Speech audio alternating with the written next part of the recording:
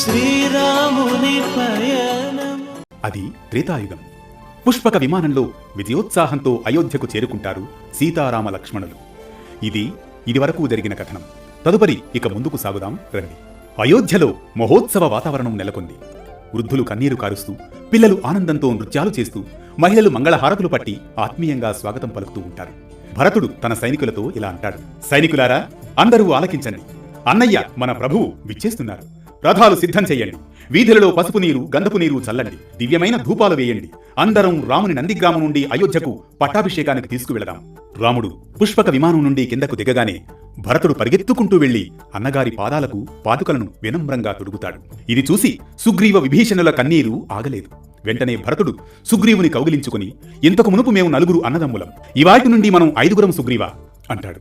తరువాత అక్కడున్న గంధమాదుడిని, మైందుడిని భరతుడికి పరిచయం చేయగా, మీరు మా అన్నయ్యకు సహాయం చేశారు. మీ మేలు నేను ఎన్నటికీ మరువలేను. ఆ సందర్భంలో భరతుడు నిశ్చలంగా రాముణ్ణి చూస్తాడు. అన్నయ్య, ఇంతకాలం నీ స్మృతులతో, నీ ఆజ్ఞతోనే గడిపాను. సింహాసనం నా దృష్టిలో ఎప్పుడూ భారం మాత్రమే. నీ నామమును, పాదుకలను సింహాసనంపై ఉంచి పాలించాను. ఈ రోజే నా ప్రాణానికి సార్థకత. నువ్వు స్వయంగా తిరిగి వచ్చిన ఈ క్షణం పరిపూర్ణమైంది అన్నయ్య. ఆ క్షణంలో రాముడు స్నేహపూర్వకంగా భుజంపై చేయివేసి, భరత, నువ్వు నాకు తమ్ముడు మాత్రమే కాదు, నిజమైన ధర్మరాజు. నీ నిష్కామ భక్తి, సత్యనిష్ట వల్లనే నా పునరాగమనం మరింత మంగళకరమైనది. ఇంతలో శత్రుఘ్నుడు, అన్నయ్య, నీ జుట్టు జడలు పట్టేసింది కదూ, అందుకే క్షురకర్మ స్నానాధికాల ఏర్పాట్లు సిద్ధమన్నయ్య. శత్రుఘ్న, మంచిది. భరతుడు దీక్ష విరమించి ముందుగా స్నానం చేస్తే తప్ప నేను దీక్ష విరమించను.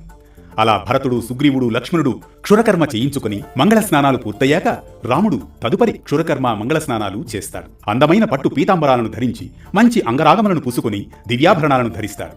సూర్యమండల సన్నిభమైన రథాన్ని ఎక్కాడు రాముడు. ఆ రథపగ్గాలను భరతుడు పట్టి నడిపిస్తాడు. లక్ష్మణుడు తెల్లని గొడుగు పడతాడు. శత్రుఘ్నుడు, విభీషణుడు వింజామర వీస్తాడు. రాముడు అందరినీ పలకరించుకుంటూ వెళతాడు. ఇళ్లపై పతాకాలు ఎగురుతాయి. రంగవల్లులు విరిశాయి. మంగళ వాయిద్యాలు, నాట్యాలు, వేదమంత్రాలు, ఋషులు, సువాసినులు, ఎటు చూసినా ప్రజల ఆనంద నీరాజనాలు. రామ పట్టాభిషేకానికి 4 సముద్ర జలాలు, 500 నదీ జలాలతో రాముడి శిరస్సుపై అభిషేకం జరుగుతుంది. కిరీటాన్ని అలంకరిస్తారు. గంగాజలంతో అభిషేకం, వేదమంత్ర ఘోషల మధ్య రామచంద్రుడు సీతమ్మ సమేతంగా సింహాసనం అధిరోహిస్తాడు.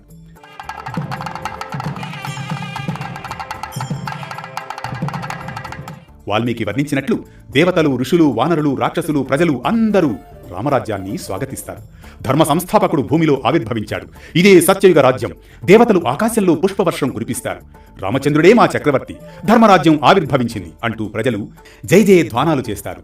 ఆ సమయంలో రాముడు కొన్ని కోట్ల బంగారు నాణ్యాలు, లక్షల ఆవులు, 1000 ఎద్దులు దానం చేస్తాడు. లక్ష్మణ, యువరాజ పట్టాభిషేకం చేసుకో. వద్దన్నయ్యా, వద్దు. నాకన్నా పెద్దవాడు భరతుడున్నాడు. నాకు రాజ్యం వద్దు. దయచేసి భరతుడికివ్వు అన్నయ్య అనగానే యువరాజ పట్టాభిషేకం భరతుడికి జరుగుతుంది. ఆ ఆనంద సమయాన సుగ్రీవుడు, విభీషణుడు, అంగదుడు తదితర వానర వీరులందరికీ బహుమతులిస్తారు. హనుమంతుడికి తెల్లటి వస్త్రముల ద్వయం, హారాలు ఇస్తారు. ఆ సమయంలో సీతమ్మ తన మెడలో ఉన్న ఒక హారాన్ని తీసి చేతిలో పెట్టుకుంటుంది. అప్పుడు రాముడు సీతవంక చూసి, ఈ హారాన్ని ఎవరికిస్తావో తెలుసా? పౌరుషం, బుద్ధి, విక్రమము, తేజస్సు, వీర్యము, పట్టుదల, పాండిత్యము ఎవరిలో ఉన్నాయో వారికి ఆ హారాన్నివ్వు అనగానే సీతమ్మ ఆ హారాన్ని హనుమంతుడికిస్తుంది. అప్పుడు హనుమ ఆ హారాన్ని కన్నులకద్దుకుంటాడు. ఆప్యాయంగా మెడలో వేసుకుంటాడు. ఎప్పుడైతే ధర్మాత్ముడైన రాముడు సింహాసనం మీద కూర్చున్నాడో అప్పుడు అందరి నోట రాముడి మాటే. ఆనాటి నుండి రామరాజ్యంలో ఎటువంటి ఆకలి బాధలు ఉండవు. ప్రకృతి వైపరీత్యాలు లేవు. దొంగల వెడదలేదు. అంతా ఆనందమయం. ధర్మం 4 పాదాల నడయాడేలా పరిపాలించాడు రాముడు. ప్రజలను కన్నబిడ్డల వలె పరిపాలించాడు. అయినా తన పాలన గురించి ప్రజలు ఎలా మాట్లాడుకుంటున్నారో తెలుసుకోవడం కోసం గూఢచారులను కూడా నియమిస్తాడు రాముడు. కొన్నాళ్లకు సీతాదేవి గర్భం ధరిస్తుంది. కౌసల్య, సుమిత్ర, కైకేయి మాతలు పరమానంద భరితులవుతారు. ఇది సీతారాముల రాకతో అయోధ్య పరవశం, పట్టాభిషేకంతో శ్రీకారమైన రామరాజ్యం.